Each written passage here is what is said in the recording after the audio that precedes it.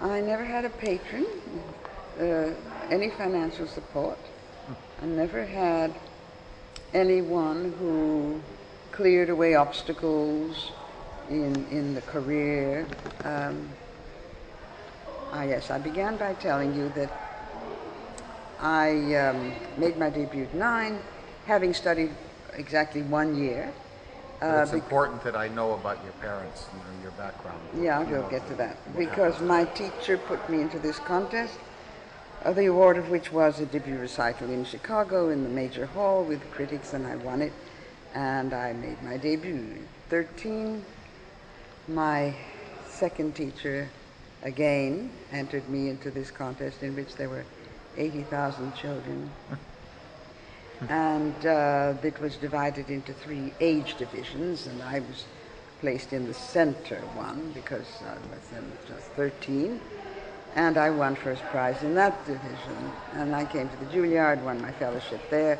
Then I won a fellowship with Leon Theremin within the first week of my being in New York, and made my debut at Carnegie Hall at 17 playing an electronic instrument. I studied 2 of his instruments with him through that whole year. Mm-hmm. I had gone to his concert when I was 10 in Chicago, mm-hmm. and had met him and had heard the music and seen the instruments. And that's why when I saw this notice on the bulletin board at Juilliard, I went straight down, just on my own, and I won the thing. And then when I was 20, Olga Samarov literally forced me into the competition, which was then the greatest competition in the world. It was the combined, a double one of the Schubert Memorial, mm-hmm. You know what? I'm going to run up and just... which for its award gave a debut in Carnegie Hall with the Philadelphia Orchestra in New York, and in the regular concert series, 2 concerts in Philadelphia. Philadelphia. The Brahms B-flat? I played the Brahms B-flat concerto with orchestra. So where was I? And the National Federation of Music Clubs. Well, I won both of them simultaneously, and virtually the next day I had a manager, and I had a career. This was not utterly unpremeditated on my part. In fact, I did not wish to begin my adult career at that age. Mm-hmm. I had in mind that I did not want to do that until I was 30, because I felt like at that time I would be a mature artist. And I had no interest in rushing into a career. You knew that at 17? Oh, no question about it, right through my teens. But how did you know yourself so well at 7? Most people at 17 don't. Well, that's perhaps a mysterious element mm-hmm. in how do people know certain things, how do people have more talent than others, how do people arrive at certain levels of But you were very conscious that that's not what you wanted, but it happened. Absolutely, I was adamant about it. In fact, there's a tremendous story about that.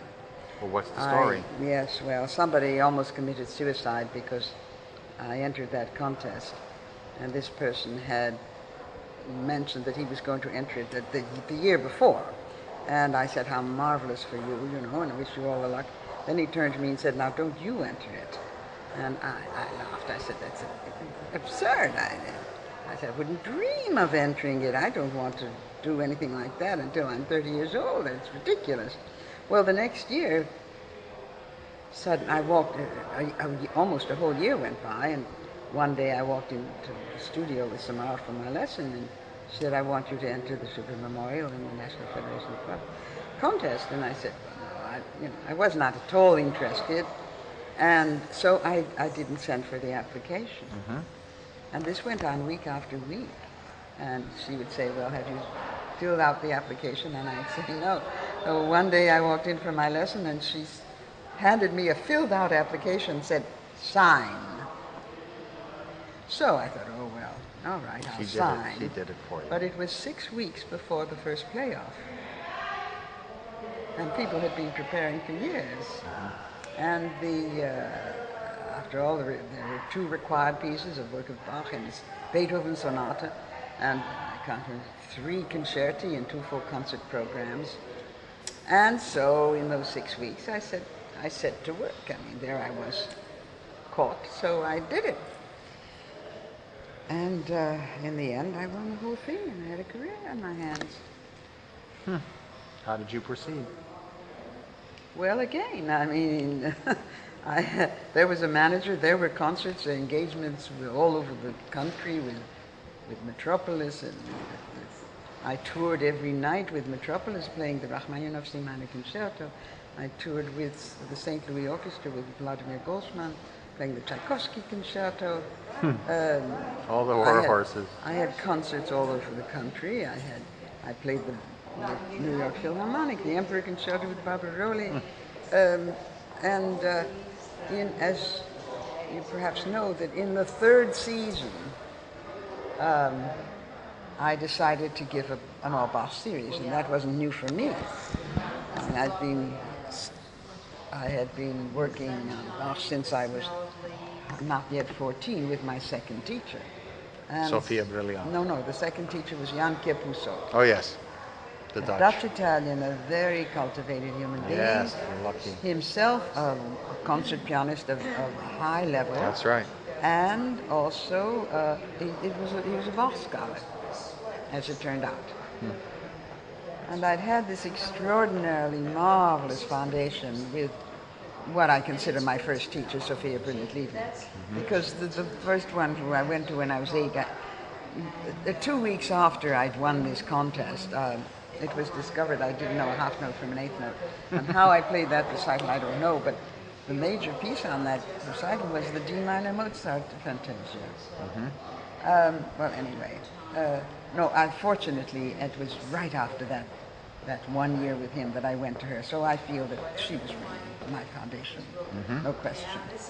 And that was very lucky because with her I studied a great deal of the classical composers, a lot of Johann Sebastian, but also Carl Philipp Emanuel, Mozart, Scarlatti, Haydn, Hummel, Weber, and The tremendous foundation of early Beethoven. She was no she Chopin, was no wonderful. Liszt. And the demands and the requirements were tremendous. And it was a very different school, the Russian school of Anton Rubinstein and Nikolai. Nikolai founded the conservatory in Moscow. Anton founded the one in Petrograd. Sure. A very different school and approach than what you have in modern Russian playing today. Oh, sure. It's an entirely different type.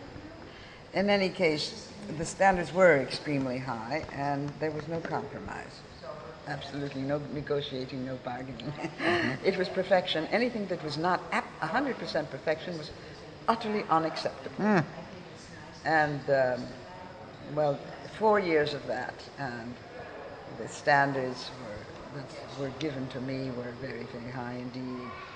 And then I came to Jan Kepuso, who also had the highest standards.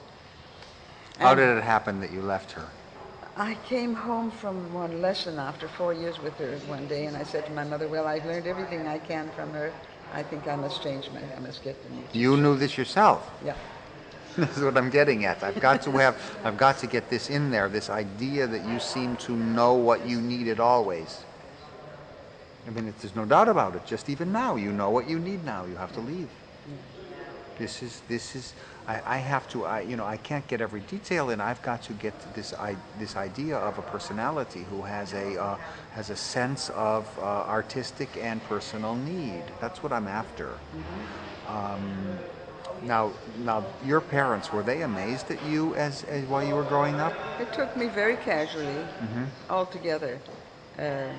I began to play when I was 4 years old. I was the youngest in the family. There was pushing or prodigy mother or any none of that? Nothing at all. And well-to-do, middle-class what? Not well-to-do. They were refugees from Russia. And when you start out as refugees from Russia, you're not exactly well-to-do, except over maybe a long period of years. Russian Jewish descent? Russian Jewish, my background, mostly rabbis and cantors. And my grandfather, on my paternal side, was a very famous cantor. And my father told me that when he was a little boy, he remembered so well, he'd wake up what he thought was in the middle of the night, and he could see the light coming through under the door with his father studying all night, all the time. And then his grandfather, he said he would go on tour in Russia, and they'd come with a carriage with 8 white horses to take him on tour. And So he was a famous. yeah, he was famous. Yes, he's famous. So when he died, people came from all over, and there is this custom of bringing a candle to the funeral. And there were so many thousands of people that they had to get great lorries or great truckloads of sand, which they made a mountain of sand in front of a house, and everyone placed their candle on it. So he was very famous. So this was the genetic musical talent, The without genetic- a doubt. Yes. What it about was. the Oh, there's father no- or mother? And my mother also tremendous. She had a really great voice, and she was beautiful and very swift mind and very bright. And You loved mother and dad? oh yes, yeah. Good there's family no life then, and question about that. Warmth. Yes, Yeah. warmth, the beautiful warmth, and They knew they had an unusual daughter, though. yeah, but they paid very. They Siblings? didn't make anything much at all of it. Siblings? Yeah, I had 2 older sisters, and Rivalry or anything? I mean, did they just, were they in your life, or were they too old to, older? They were not important to you growing up. they were very important to me. After all, when you're the baby of the house, and everybody older is extremely important to you. How old were they? I mean, much. Well, my eldest sister was almost 10 years older, and the other one is a little over 4 years older. Oh, that's And close. yes, and then there was a cousin whose mother had died, and she lived with us for a while.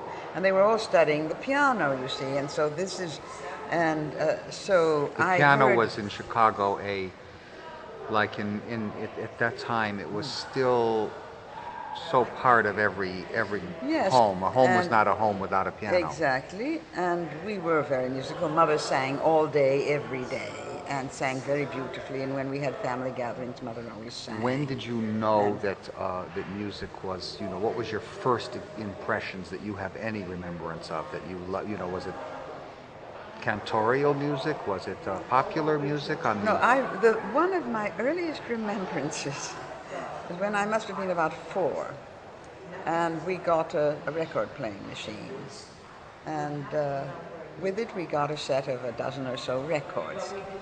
And I remember sitting on the floor, I was so small, putting my ear right on the receiver. I could never get it loud enough or enough of it. It's acoustic And recording. listening to, and it turned out to be an aria from the Pearl Fishers sung by Caruso. And I listened to that. I even get a chill to tell you about it. It meant so much to me. I listened to that repeatedly. I could You're 4. never- You're 4. Yes. This would be the And, moment. that was Over already and my over. natural taste. Now there were other records there. Speaking of siblings and so forth, the favorite of my eldest sister was a record called "Pack Up Your Sins and Go to the Devil." Now that was her favorite. My favorite was this one. Was this No, one? this is something you're just Classical, born yes, with. yes. You feel that this kind of thing you're born with it. There's no explanation for that. The 2 sisters didn't have it. No, they played the piano and Did they they had a ever, certain later on in life, did talent. they understand who you were? Ah, that's You know, that's I mean, a my- big question. yeah. That's a big question. Yes. I had no particular help ever from my family, and so it was just, how did that a little happen? bit like Topsy. I just grew. Did But- you resent that later on? No, I didn't even You didn't notice think about it, okay. I never noticed it. You didn't notice it. In other words, you had a sense of innocence about you. You just went about your business. Absolutely, Yeah. yes. And I'm afraid I'm still very much like that. Yeah, but this is what does it. This is what does it. Okay.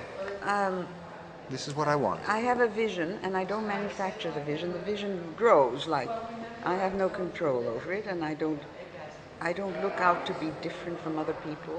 I didn't start out to be a Bach player because I wanted a career because I couldn't have it with other music, Right, or, of course. or to attract attention to myself. I won that contest when I was so young, with the Brahms B flat, with Beethoven, with all kinds of other music as well, and there I was with the career. So for 2 years I was playing. You know what my opening program was? My debut recital. I began with the Bach D minor sonata, which Bach himself is originally set for keyboard, originally an A minor violin sonata, Handel Brahms variations, 6 etudes of Chopin. I was going to play 10, then changed my mind. I did 6 etudes of Chopin and the G minor ballade.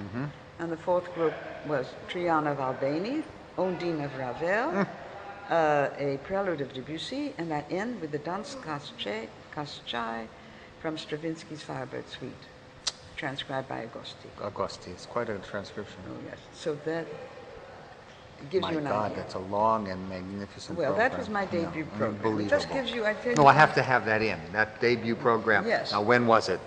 Oh, that was, what, 36 or so. And where? At Town Hall. That was At the Town Hall, the recital. great place. That was my award program from the National Federation of Music Clubs. Yeah. Did you have any, at this time, you're just a teenager, did you have any role models as women?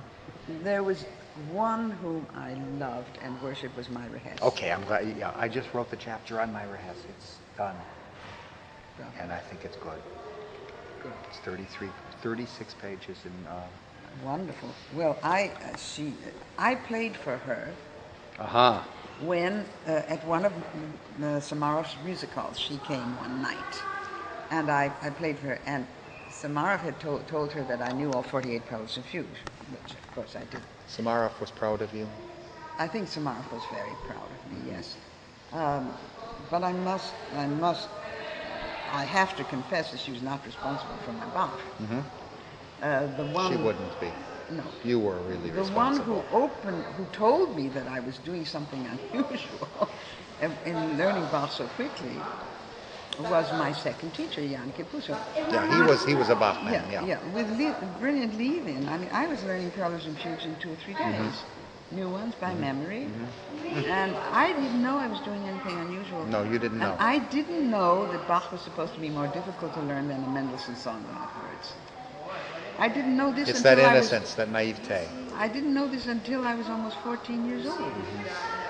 And at my first lesson with Kipuso, he assigned a Bach prelude and fugue, as one does, and a Beethoven sonata and a few other things, and I was having 2 lessons a week, so I came back 3 or 4 days later and handed him the music.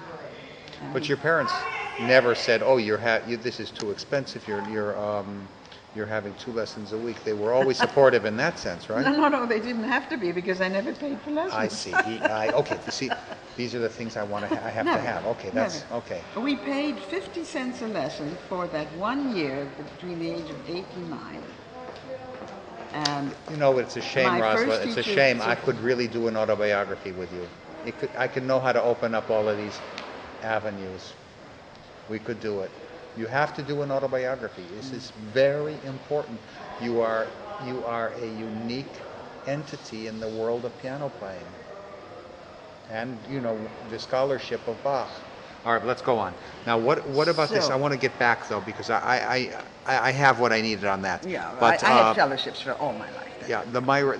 So you had the role model. Myra was coming back and forth in the United States every. That evening, she said to me, well, I was more than 17 at the time. She said to me, "I envy you, knowing all 48. It's something I would dream of doing." She tried her best. Well, she was a serious and wonderful artist. Now, not all that long, so many years later, I came to make my debut in England, and she was the only person that I felt I knew somewhat. I'd been backstage now and then. And so I think I let her know that I was coming. She couldn't have been kinder. She came to 2 of the 3 recitals, because it was a series of 3. She sent me 2 bottles of champagne to one and roses to another. Oh. And then when the 3 were over, I had tea with her. And you know, this is something extremely meaningful.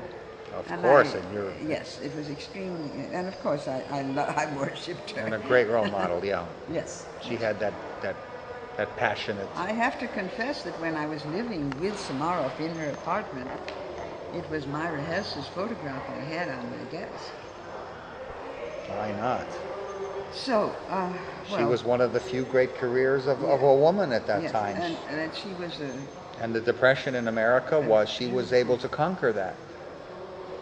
She Yeah. came here and she I wasn't aware much of the depression, except that I must say that when I came to Juilliard to try for the auditions, I had already been playing in Chicago. I played 2 all Bach recitals. I was a Bach specialist between the ages of 14 and 16. Okay, now how come you were a Bach specialist? Rosalind, nobody played Bach much in the original then at And all. Harold especially Samuel, original. a little Yes, this, a Harold little Samuel. that. Yes. But basically speaking, this is, Myra would try to open recitals Played with the 3 G major French suite. and a couple of times, for a couple of Mm-hmm. seasons, she Yes. was playing Bach preludes and fugues, and she always practiced. Her opening day she would always practice a prelude and fugue, and so forth. But nobody was playing Bach. I mean, in the sense of, and then the harpsichord would take it over. Pianists gave it up. I know all about that. Sure. I can give a whole history of that whole movement for the last 2 centuries. So how did you, as this teenager, do this? Well, I came to Kipuso, as I say, and at the second lesson, I handed him this prelude and fugue. And he said, "What's this?" And I said, "Don't you want the music?" He said, "Well, you have it memorized." I said, "Yeah." So I played it. And he didn't say a word and signed another one. 3 days later, I came back, did exactly the same thing. And then he burst out and said, "My God, girl, if you can do this, you should specialize in Bach." Mm-hmm. That was the first inkling I had that I was doing anything unusual. Mm-hmm. Brilliant Lieven was magnificent in every way, but very severe, and she paid me only one compliment in the 4 years I worked with her. And that was when at the semifinals of this huge contest, the 80,000 children that I played, which I eventually won, I won the finals. After the semifinals, she said to me, "If I had been outside the door, I would have thought it was Anton Rubinstein playing." One compliment in 4 years. But you never thought you should have had more, or you just, again, the innocence, you didn't play. You were driven by what? The love of the playing or the music? Nothing. What's it? What is it? Look, I say even now, I continually growing. I used to think by the time I'm 30 I wouldn't grow all that much. It has never stopped. And right now, it's always growth. And recently I've begun to feel like a tree. The branches come out. I have no control. I don't nourish myself to make the branch sprout. Suddenly there is the branch and I'm doing it. And this has happened my entire life. And I don't feel that I've been driven at all. I mean, Well, these are all important. Yes, I'll get all of this in. It's a central passion, and it isn't a passion for a career. And this I cannot emphasize enough, because I feel in more recent years, people are trained for careers. They're not trained to be artists. I know that. And That's the great problem. This was I must say, this was what I got from Brilliant Lieven. I think I would have gone that path myself also, because I wouldn't have taken to it like a duck to water from the beginning if I hadn't that kind of vision myself. The art has always been the central thing. It has always been the decisive factor. I have never catered for one moment to any record company as far as repertoire is concerned. I can tell you, I've turned down contracts where I felt that it was not artistically, completely valid in my opinion. And you were never insecure with the financial, with this. You always felt that you would just survive. No, I never thought about it. You never thought about it. It's a fantastic not thing. at all. Oh, fabulous. It was never a factor in my life, and still isn't. Still such an interesting. Life Life came to you. What I have to do, I do, and I don't pay attention to whether it's going to pay me or not. Much of the It's great. That's I never have, and I still don't. Much of my life, I don't even know what my fees are when I'm playing the concerts. No, as I say, my teachers put me into these contests. I had nothing to say about it. I won them. And then, as I say, I got this manager immediately, and I had a career. I was graduated from Juilliard when I won this contest, cum laude, and with access to anything I want from the Juilliard for the rest of my life. And then I was almost immediately on the faculty of the Juilliard and on the major faculty. And when Samaroff died, of course, all her students came to me. And so Joseph Batista studied with me, and what's her name? This pretty girl. She got awfully sick later. French girl, Claudette Sorel. Where was I at this? Yes, so these students came to me, and I had, at first I had 9 students at Juilliard, but I was already, this was in my early 20s, I was already touring so much that within a year or 2 I cut it down to 6, and even then it was not easy. But I loved teaching, and in fact, speaking of Samaroff, when I was 18 years old, still very much student, Samaroff went off to Europe to be on the jury of the Queen Elizabeth contest in Belgium. This sort of thing was beginning to grow at that time. And she spent 6 months in Europe. She turned over her entire class to me, out of all her students. And I was much younger than some of the students. Oh, and the entire class in the Philadelphia Conservatory she turned over to me. And that meant that in the spring, I was sitting up there at the age of 18 in a box being the teacher of this great, all these students who played the concert at the Bellevue Stratford Hotel in a ballroom with 3,000 people. And she came back somewhat later, and her comment to me was, "You are a genius as a teacher."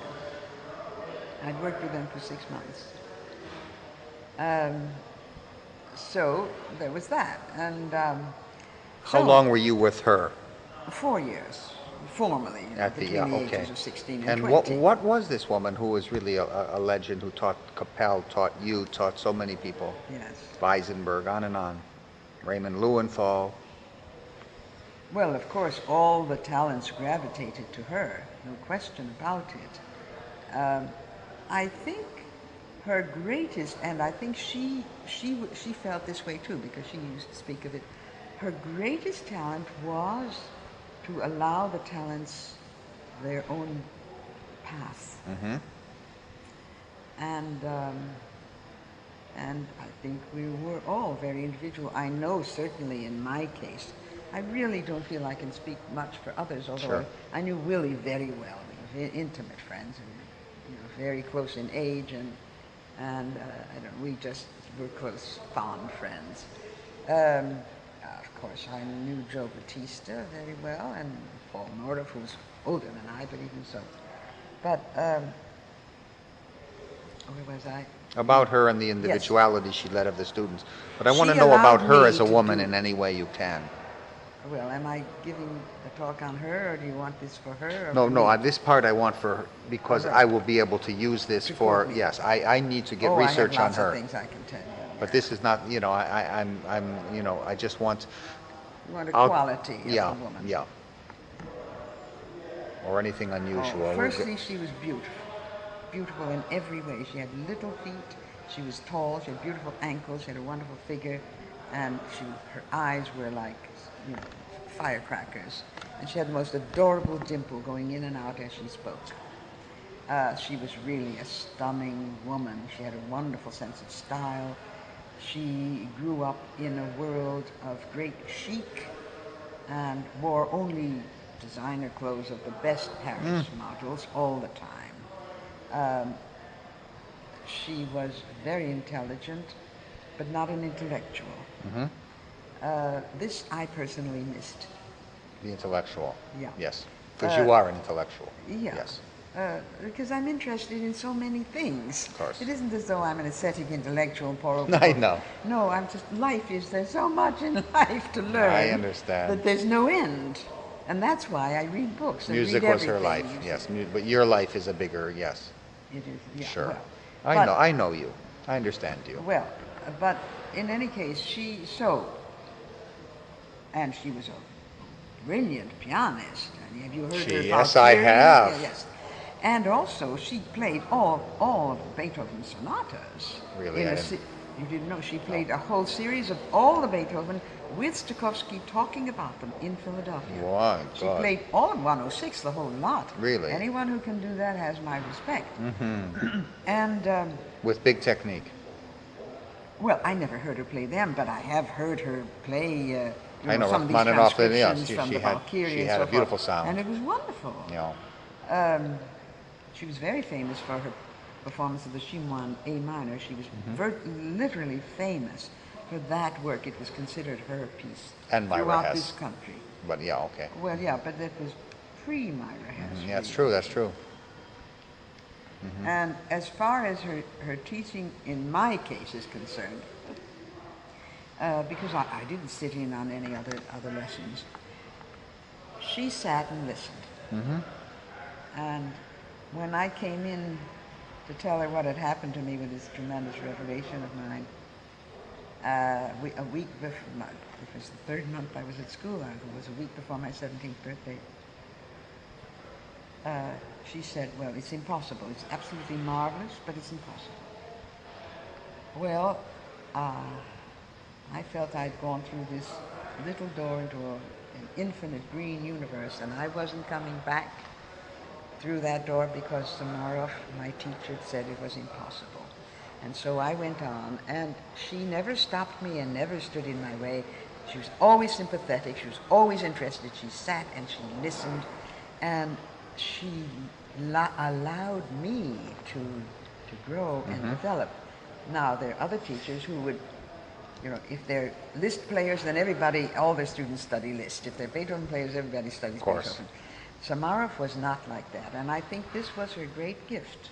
And she talked about it too, about how she felt that each one should develop. Now you're a young woman. I mean, did you idolize her? You say, she dressed wonderfully. Did you? Yes.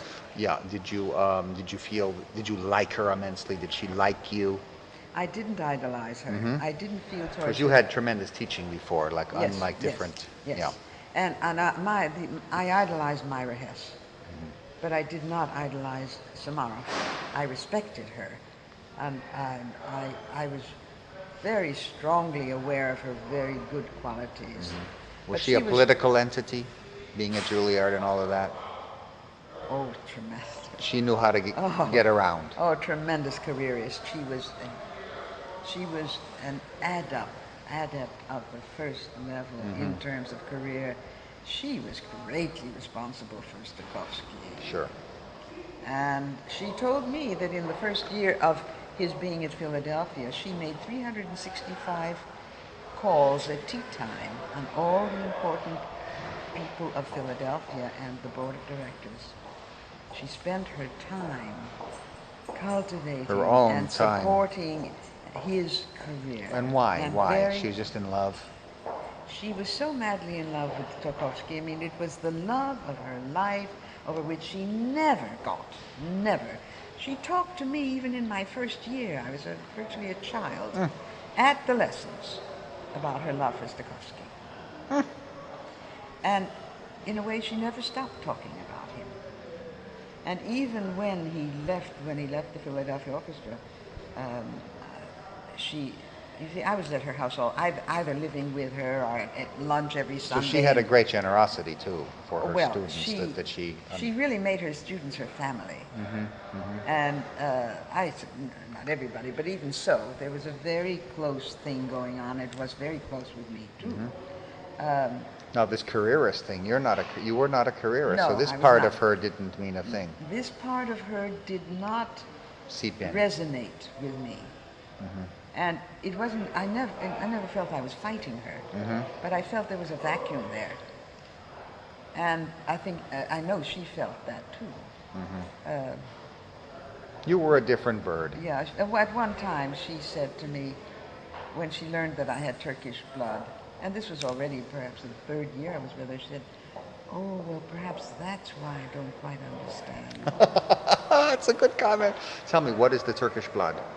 Way back? Oh, or? very deep. Well, we trace our lineage over 600 years.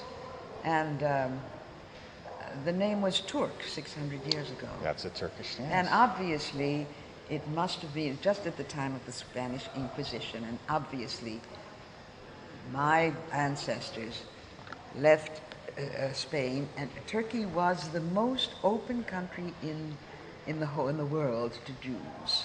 Yeah. And so many Jews landed there. They landed in all sorts of places, but many were there, and they were more welcome there than in any other country, in Italy or any of the southern German countries or France, where they came and they lived and established themselves. But in Turkey, they were fully welcomed.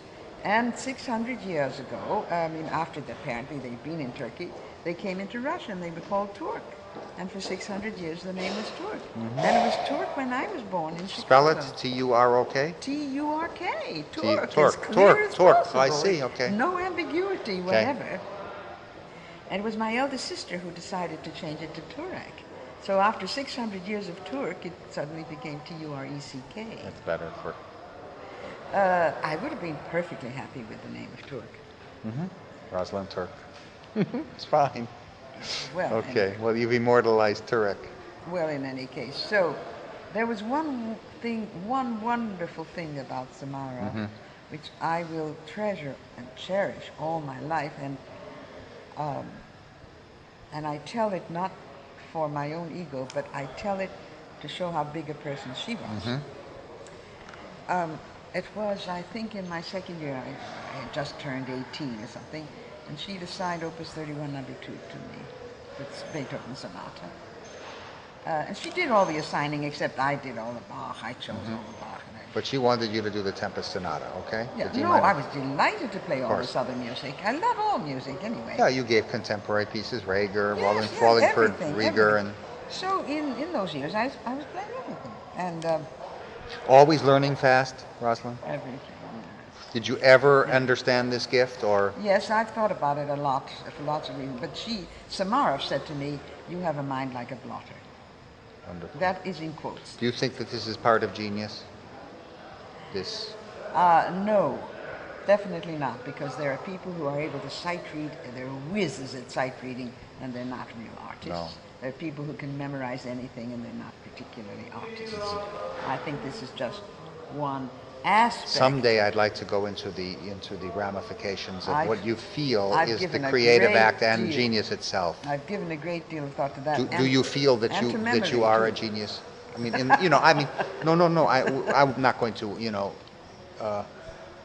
There's no doubt that certain aspects of the way you think, the way you play, and the way you proceeded have genius overtones in every way. Do you? You know what I mean? You're not a performer. You're No. not. You didn't learn the Tchaikovsky concerto to show yourself off. No, I have no We interest. understand, When I of course. walk out on the stage, I do not walk out to perform. Exactly. And I never have, never. And yet, I want to see. There's so much to talk to you about. You also have. I mean, I remember the first time I heard you was in '58 Town Hall, Oh, and all the Juilliard kids came to you. I mean, it was packed. And everyone was stunned by the charisma. I mean, this is also a performer. You are a performer. This is just I don't mean you're acting No. but there is no, I mean, I know many pianists who come out and my God, you wish that you didn't have to see them for 2 hours. You enveloped without affectation and yet with your own style, it's a Rosalyn. Horowitz had his, you had yours, and it doesn't happen every day. Sirkin had his. Arau had his in his minor way, but you have it in a major way. well, I'll tell you a story about that. I never think about charisma, and I never think about the effect I'm going to have on people at all. But I'll tell you a story on myself.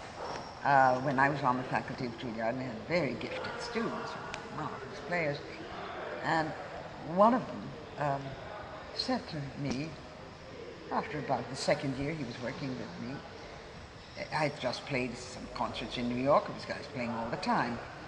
And he said, after all, I have a lesson with you every week. I see you, 2 or 3 times a week in and out of Juilliard or for one reason or another. So I'm accustomed to seeing you. And yet, he said, when I came to your recital the other night and you walked out on the stage, I got chills all over. He said, what are you doing to give people this feeling the minute you walk out on the stage. You do, you really do. So I said to him, I haven't the faintest idea. The only thing I have in my mind is the music. I leave the backstage and I walk straight to the music, and that's all I have in my mind is the whole quality of what I'm going to do when I begin to play. That's all I think about, and it is true. It's so mysterious, this kind of thing. Well, I wonder. Because you have the big leagues. It's the major leagues. That stage is really yours. It's always been like that. No. I remember Jan Kipuso saying she plays better in public than when she plays for me. And I had no awareness of that at all. Oh, again, it's the no awareness, this theme, okay. Absolutely. Okay, yes, absolutely. this theme, okay. And the word impossible. I don't know what the word impossible means. When I learned the Goldberg Variations, which I did in 5 weeks at the age of 18, my second year, 17, 18. I learned them in 5 weeks, and I played them at Samaros at the music hall, those Saturday night evenings, without the music, by memory. A few days later, I played them at the Juilliard in a Juilliard recital, one of the regular student recitals. The following day, I saw Ernest Hutchison in the corridor. He was president then. Sure. And he said, Rosalyn, he was very much aware of me, and he said, Rosalyn, I really wanted to come so much to hear you, but I couldn't. But he said, I'm a little confused, because he said, Harold Bauer told me that they were impossible to play on one instrument, on one keyboard. Know what I said? I looked up at him and I said, oh, I didn't know they were impossible. Those are my exact That's characteristic words. then. And it was the same with Samara when I walked in to tell her what this fantastic thing on which my whole life has been built and is still growing. And she said, it's Mar. I played her 4 lines, which was all I could play, because my brain had to operate in a way that it never operated. It was as though I'd never played a keyboard. I had to learn a whole new technique. But I knew how to create that technique, and I knew what I had to do. Only in 2 days, instead of learning several preludes and fugues, I could learn only 4 lines. So I played the 4 lines for her, and she said, it's marvelous, but it's impossible. Well, I didn't think a second thought about it. It wasn't that I dismissed her. There simply was no choice. Your new way of Bach. Yes. There was no choice. No choice. And this is how it's always been. Well, what was the story that I think I interrupted? Oh, yeah, You were talking about the the ego. Beethoven. Okay, now, the Beethoven. Wait, this is going to end in a second. I don't want to. Well, it'll go for a second. All right, she wanted you to. So I learned the thing, and I came with my first lesson with her on the sonata. I played the whole sonata through, because I learned quickly. When I finished, she said to me, Rosalyn, I feel I have no right to accept the checks from Juilliard for your lessons. I have nothing to say. Woman of great integrity. And I tell that story out of love and veneration for her. Sure, I don't think of you in this. Yeah, I understand. Yeah. In saying such a Perfect. thing. I've never forgotten it because of that bigness of heart that I felt. Oh, this bigness of heart is gone. Saying this to an 18-year-old. Fantastic. I wanted to now, That's a very beautiful thing. very beautiful thing. Great tribute to her. Yes, absolutely. It's a tribute to her. I don't say it is a tribute to me at all. No, you don't think about it like that. Rest a second. It's a lot of... Pause. I'll make this a good chapter. You rewrite it. Do anything you want to it. I just wonder, how are you doing with your time? What's your next? What's your next thing? Is that 4:30 or 4:30. 4:30. I'm all right. Oh yeah, there's a big book in you. Lots of subjects. Several volumes. Genius, performing, not to mention, hundreds of personal anecdotes, which, would only come out if you started And thinking. I've thought about I could write several chapters on memory alone. Memory is absolutely... And I've given it so much thought because I didn't need to memorize anything. And still? The minute I could read a piece of music out of my memory. You don't